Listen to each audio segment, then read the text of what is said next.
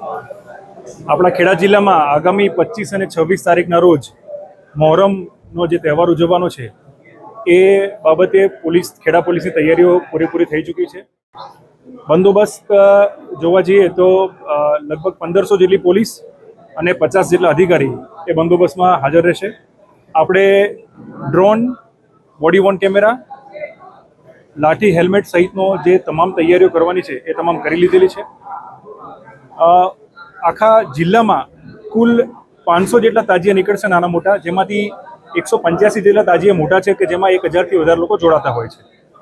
અને ખેડા જિલ્લાના તમામ જે સંવેદનશીલ પોલીસ સ્ટેશન છે એમાં પોલીસે છેલ્લા 3 દિવસથી એ ફૂડ પેટ્રોલિંગ, રૂટ સેનિટાઇઝેશન અને શાંતિ સમિતિની જે મિટિંગ કરવાની છે એ પૂર્ણ કરી છે. જેના ભાગરૂપે આજે નડિયાદ ટાઉન ખાતે જે નડિયાદમાં જે તાજિયા નીકળવાના છે તેની શાંતિ સમિતિની મિટિંગ રાખવામાં આવી હતી, જેમાં ખૂબ જ મોટી સંખ્યામાં હિન્દુ અને મુસ્લિમ આગેવાનો તેમજ તાજિયા કમિટીના જે આયોજકો છે તે હાજર રહ્યા હતા.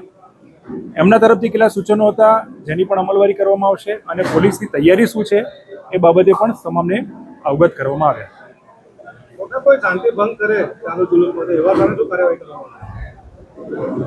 આજે તમામને સૂચના પણ આપવામાં આવી છે કે આ પ્રકારની કોઈ પણ પ્રવૃત્તિ કરશે તો એના વિરુદ્ધમાં કડકમાં કડક કાર્યવાહી કરવામાં આવશે.